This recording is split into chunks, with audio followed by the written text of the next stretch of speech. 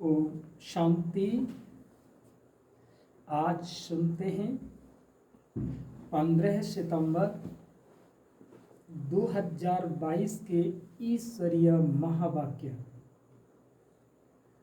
आज बाबा क्या कहते हैं कि मीठे बच्चे, इस दुखधाम के घाट पर बैठ शांति धाम और सुख धाम को याद करो। तो दुख के घाट मानो, दुख का घाट मानो ये संगम युग,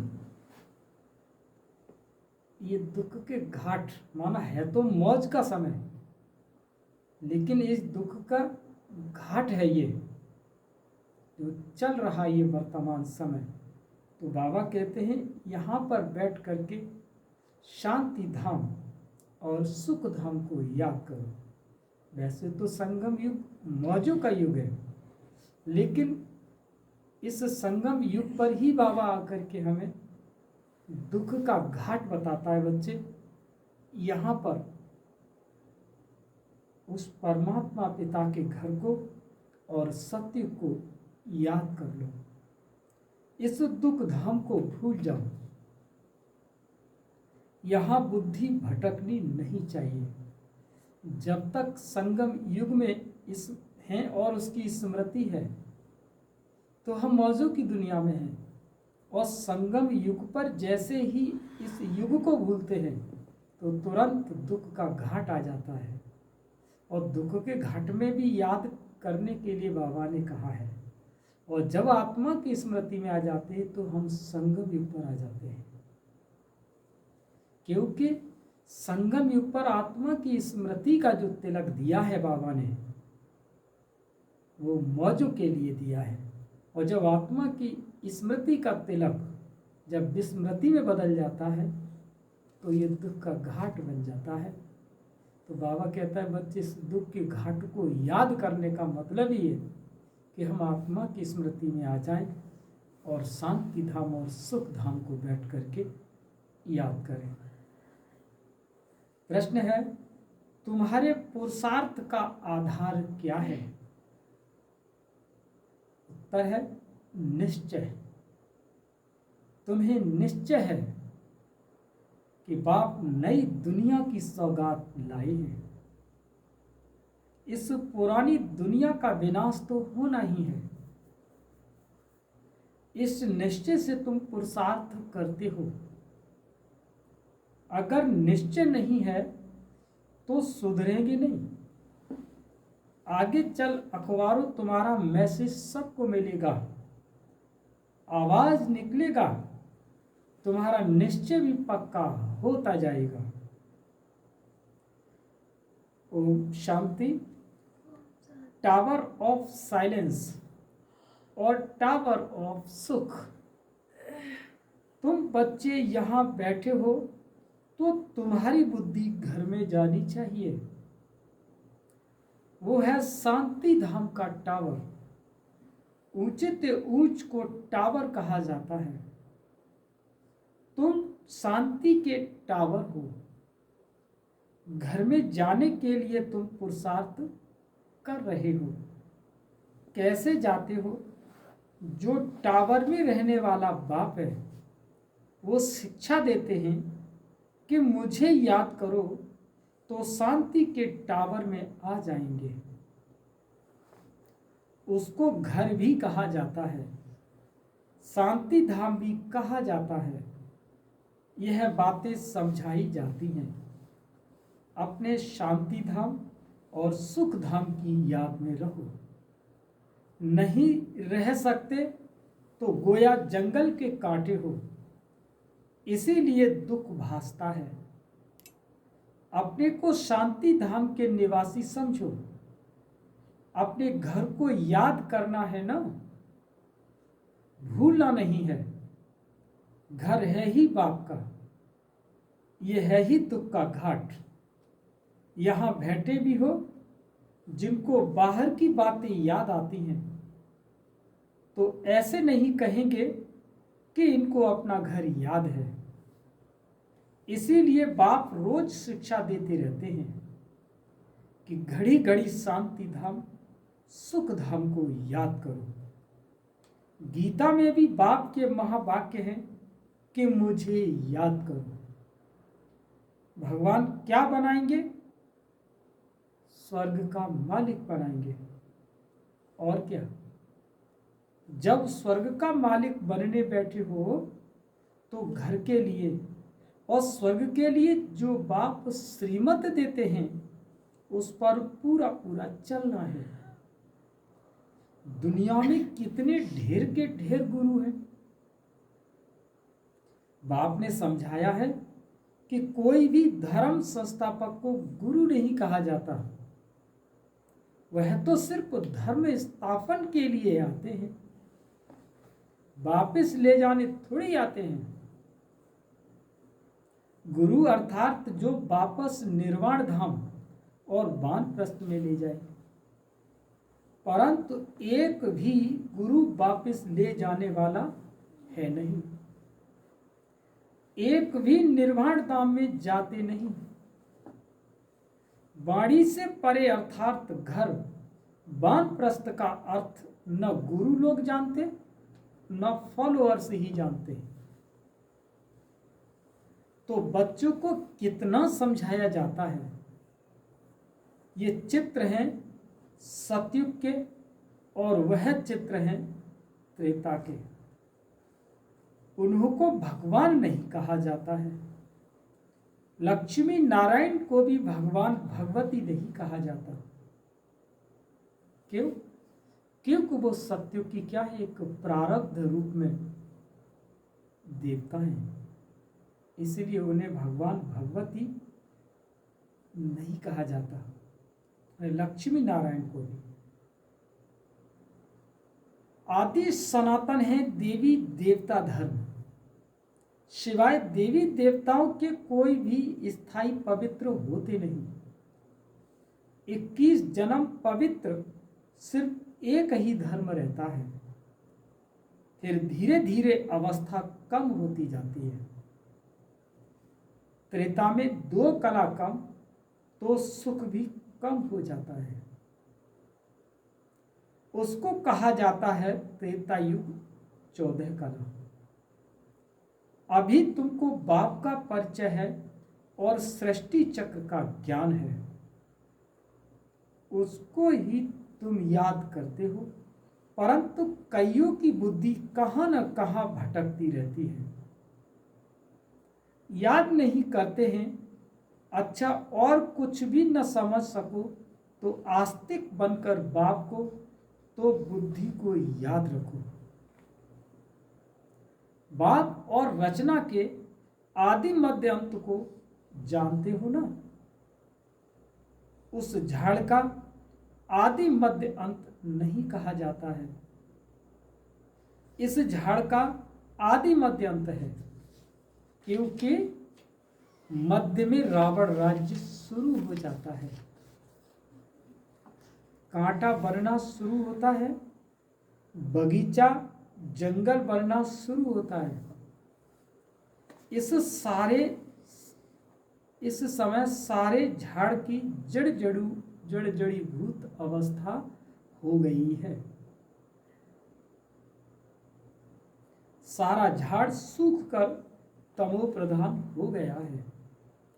सारा सूखा हुआ झाड़ है, फिर कलम लगाना पड़े।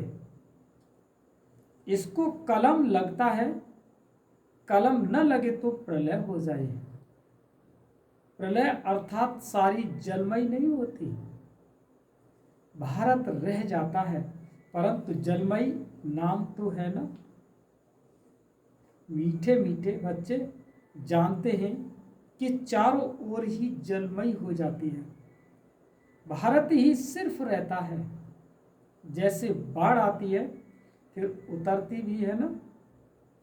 कहते भी हैं कि बीके के सारा दिन मौत ही मौत कहते रहते हैं, बस मौत आने वाला है तो समझते हैं कि यह तो अशुभ बोलते हैं।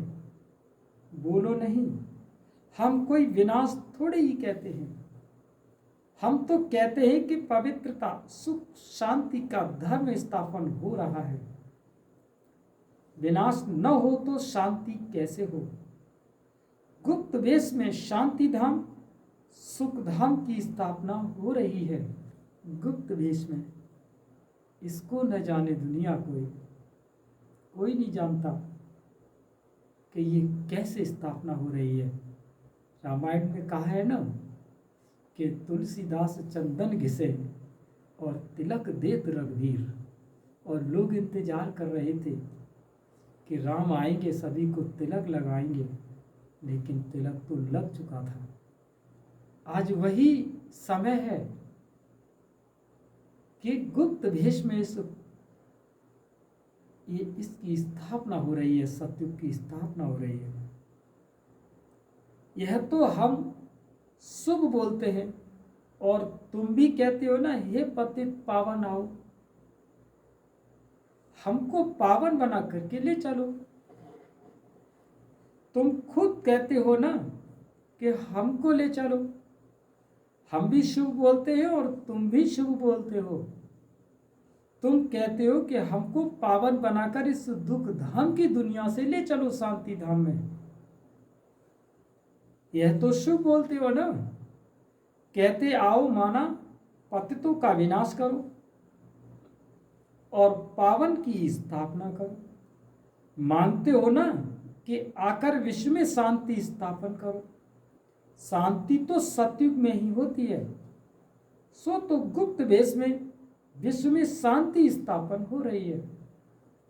जब तक अर्थ नहीं समझाओ तब तक समझ न सके। सिवाय बाप के मौत तो कोई दे न सके। बाप को कालों का काल कहा जाता है, सबको मौत देते हैं। कितने ढेर के ढेरों को मौत देते हैं।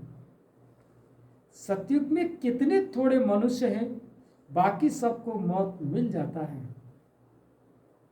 बुलाते ही हो कि पतित पावन दुनिया में ले चलो, तो पावन दुनिया जरूर नई ही होगी, यह थोड़े ही होगी।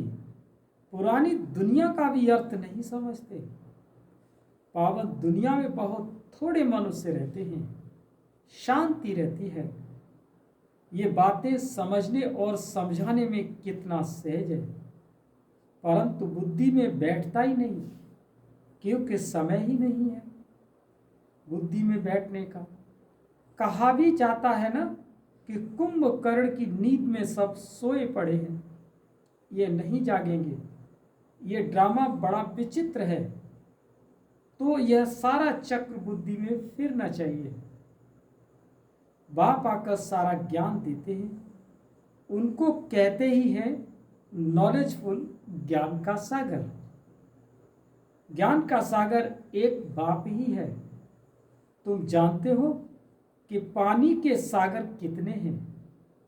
जितने नाम हैं उतने सागर हैं, वह सागर एक ही है। यह तो अलग अलग पार्टीशन कर नाम रख दिए हैं। बाहर सागर तो एक ही है ना। वास्को डिगामा भी सारा चक्र लगाए, फिर वहां ही आकर खड़ा हो गया, तो सागर एक ही है। बीच बीच में टुकड़ा कर अलग अलग बना दिया है। धरनी भी सारी एक ही है, परंतु टुकड़ा टुकड़ा हुई पड़ी है। तुम्हारा राज्य होता है तो धरनी भी एक ही होती है, राज्य भी एक होता है ना, नो टुकड़ा टुकड़ा। बाप आकर राज्य देते हैं। सारे राज्य पर, सारी धरनी पर, सारे आसमान पर तुम्हारा राज्य होता है, क्योंकि वहां आकाश नहीं बटा है, यहां आकाश बटा हुआ है। मुक्ति में तो सब जाएंगे, बाकी जीवन मुक्ति में जाना कोई मौसी का घर थोड़ी है। मुक्ति में जाना तो कॉमन है, सब वापस लौटेंगे। जहां से आए हैं फिर वहां जाएंगे जरूर। बाकी नई दुनिया में सब थोड़े ही आएंगे। तुम्हारा ही राज्य है। कोई कोई तो इतना देरी से आते हैं जो पुरानी दुनिया शुरू होने से थोड़ा भी पहले यानी 200-400 वर्ष पहले आते हैं। वह क्या हुआ? जो अच्छी रीति नहीं पढ़ेंगे तो त्रेता में भी पिछाड़ी का थोड़ा समय रहेंगे। 16 कला तो कभी बन न सकें और 14 कला के भी पिछाड़ी में आएंगे। बाबा सीढ़ी का चित्र समझा रहे हैं। उनको सामने दुख की दुनिया देखने में आएगी। माना जो जिस समय जहां से शरीर छोड़ेंगे वो वहां पर उस समय पर ही आकर के अपना समय लेंगे। कांटों की दुनिया के नजदीक आ जाएंगे। वहां कोई ये मालूम नहीं पड़ता। सारी नॉलेज अभी है जो बुद्धि में धारण करनी होती है। इस समय मनुष्य के पास देखो कितने होंगे, देखो कितने पैसे देखो होंगे, कितने महल बनाते रहते हैं, कितनी ऊंची ऊंची मणियां माने मंजिलें बनाते रहते हैं। समझते हैं कि सतयुग से भी भारत अभी ऊंच है, अभी ही 10, 18, 20 मंजिल बनाते रहते हैं। तो अंत में कितनी मंजिल वाले बनाएंगे? सतयुग त्रेता में तो ये मणियां माना फ्लोर मंजिल होती नहीं, वहां नहीं होती, क्योंकि वहां तो जमीन इतनी होती है कि वहां तो केवल महल होते हैं। द्वापर में भी नहीं होती। यह तो कलयुग में अब आकर बहुत मनुष्य हो जाते हैं तो 2 मंजिल 10 मंजिल बढ़ाते जाते हैं।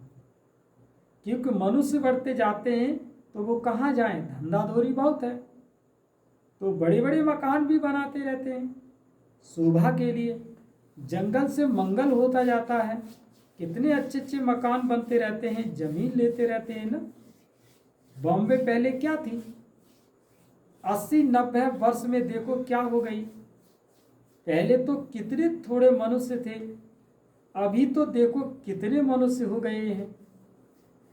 समुद्र को सुखाया है, अभी भी देखो समुद्र को कितना सुखाया है। पानी जैसे कमती होता जाता है, मनुष्य वृद्धि को पाते जाते हैं तो कहाँ पानी से आएगा। पानी कम होता जाता है, समुद्र हटता जाता है। धरती छोड़ता है तो मकान बना देते हैं। फिर पानी चढ़ जाएगा तो कराची व बॉम्बे का बहुत सा हिस्सा पानी में चला जाएगा, तुम जानते हो। और सब खंड खत्म हो जाएंगे, आफतें आने वाली हैं। इसीलिए बाप कहते हैं जल्दी जल्दी तैयार होते रहो। जैसे शमशान में जब आग जलकर खत्म होती है तब लौटते हैं, बाप भी विनाश के लिए आए हैं तो आधे पर थोड़े ही जाएंगे। कितनी बड़ी बात कही बाबा ने। आग लगकर जब पूरी होगी तब चले जाएंगे, फिर बैठकर क्या करेंगे? आग बुझेगी नहीं, सब चले जाएंगे, सबको साथ ले जाएंगे। होना तो जरूर है। समझते तो सब है लेकिन समय का गपोड़ा बहुत लगा दिया है। बच्चों को समझाना पर भी गीता पर है। गीता एपिसोड है ना, जिसमें देवी देवता धर्म की स्थापना हो रही है। वहां एक ही धर्म होगा, बाकी सब धर्म विनाश हो जाते हैं। सिर्फ यह गीता ही है जो भगवान ने गाई है। मनुष्यों ने भक्ति मार्ग के लिए बैठ शास्त्र बनाए हैं। ऐसी ऐसी पॉइंट्स धारण करके सुनानी चाहिए। कहते बाबा भूल जाते हैं, धारणा नहीं होती है। बाबा कहते हैं फिर क्या करें? राजधानी स्थापन होती है, इसमें नंबरवार तो सब चाहिए। सब ऊपर कृपा करने की ताकत हो तो बाप स्वर्ग का मालिक सबको बना दे, लेकिन नहीं, यह तो बनने ही है नंबरवार। यह कोई भी समझ सकते हैं कि भगवान आया हुआ है, भगवान जरूर स्वर्ग की सौगात ले आएंगे। नई दुनिया स्थापन करने आते हैं तो जरूर संगम पर ही आएंगे नई दुनिया स्थापन करने। तुम सुनते हो और निश्चय से पुरुषार्थ करते हो। जिनको निश्चय ही नहीं वो कब सुधरेंगे ही नहीं। बल कितना भी माथा मारो, तो बाबा के अवतरण का पैगाम सबको देना है, मैसेज देना है। आगे चल अखबारों में पड़ जाएगा। जैसे तुम्हारा नाम बदनाम भी अखबारों द्वारा हुआ, फिर नाम वाला भी अखबारों के द्वारा ही होगा। दुनिया तो बहुत बड़ी है, सब जगह तो तुम बच्चियां जा नहीं सकेंगी। कितने शहर हैं, कितनी ढेर भाषाएं हैं, अखबारों द्वारा सब जगह आवाज पहुंच जाता है। कोई भी आएगा कहेगा हाँ अखबारों द्वारा आवाज सुना है, तो तुम्हारा नाम अखबारों द्वारा ही होगा। ऐसा नहीं समझो कि सब तरफ तुमको जाना पड़ेगा, फिर तो पता नहीं कि कितना समय लग जाए। अखबारों द्वारा ही एक्यूरेट सुनेंगे। तुम कहते भी हो कि बाप को याद करो तो पाप कट जाएंगे। अखबारों में तो पढ़ना ही है। अब तुम्हारा नाम वाला होगा तो फिर बढ़ता जाएगा। जैसे कल्प पहले पता पड़ा होगा, वैसे ही समय पर पड़ेगा। सबको मैसेज मिलेगा। युक्तियां चल रही हैं, बहुत अखबार वाले डालेंगे, किसी को बुद्धि में बैठा और डाल देंगे। सब धर्म वालों को मालूम पड़ जाएगा, तब तो कहेंगे अहो प्रभु तेरी लीला। पिछाड़ी में बाप को ही याद सबको आएगी, परंतु कुछ भी कर नहीं सकेंगे। यह खेल है ना, खेल को जान जाएंगे। 84 का चक्र का खेल सब अखबारों में पड़ जाएगा। जहां भी जाओ अखबार जरूर निकलते हैं। अखबारों द्वारा सबको आवाज तो पहुंचता है ना। तुम्हारी बातें तो सबसे ऊंच हैं। विनाश का समय भी तो जरूर आना ही है। ड्रामा प्लान अनुसार जैसे कल्प पहले मालूम पड़ा होगा, अभी भी पड़ेगा। धीरे धीरे स्थापना होती है ना। संगम युग याद पड़े तो स्वर्ग भी याद पड़े। स्वर्ग को याद करो और मन बना भव, बाप को भी याद करो तो बेड़ा पार हो। जब तक विनाश न हो शांति कहां से आए। विनाश का भी नाम ही कड़ा है। मनुष्य सुनकर बहुत डरते हैं। यह तो राइट बात है ना। पतित दुनिया में अनेक दुख हैं और पावन दुनिया में अनेक सुख हैं। बाप देखो सौगात कैसी लाते हैं। अच्छा, मीठे मीठे सिकी लदे बच्चों प्रति माँ पिता बाप दादा का याद प्यार और गुड मॉर्निंग। रूहानी बाप की रूहानी बच्चों को नमस्ते। हम सभी रूहानी बच्चों की रूहानी माँ पिता बाप दादा को याद प्यार गुड मॉर्निंग, नमस्ते नमस्ते नमस्ते। थैंक यू बाबा, शुक्रिया बाबा, शुक्रिया। धारणा के लिए अब सुनते हैं मुख्य सार। पहला पॉइंट है, पढ़ाई को अच्छी तरह पढ़कर ऊंच पद पाना है। आफतें आने के पहले नई दुनिया के लिए तैयार होना है। दूसरा, अपने को सुधारने के लिए निश्चय बुद्धि बनना है। वाणी से परे वानप्रस्थ में जाना है। इसीलिए इस दुख धाम को भूल शांति धाम और सुख धाम को याद करना है। वरदान, किसी भी परिस्थिति में फुल स्टॉप लगाकर दुआओं का अधिकार प्राप्त करने वाले महान आत्मा भव। फिर से सुने वरदान, किसी भी परिस्थिति में फुल स्टॉप लगाकर दुआओं का अधिकार प्राप्त करने वाले महान आत्मा भव। महान आत्मा वो है जिसमें स्वयं को बदलने की शक्ति है और जो किसी भी परिस्थिति में फुल स्टॉप लगाने में स्वयं को पहले ऑफर करते हैं। मुझे करना है, मुझे बदलना है। ऐसे ऑफर करने वालों को 3 प्रकार की दुआएं मिलती हैं। पहला, स्वयं को स्वयं की दुआएं अर्थात खुशी मिलती है। दूसरा, बाप द्वारा। और तीसरा, ब्राह्मण परिवार द्वारा। इसीलिए अलबेलापन नहीं लाओ, ये तो होता ही है, चलता ही है। डॉट डॉट फुल स्टॉप लगाकर अलबेलेपन को परिवर्तन कर अलर्ट बन जाओ। स्लोगन है आज का, संकल्पों की एकाग्रता द्वारा ही श्रेष्ठ परिवर्तन में फास्ट गति आ सकती है।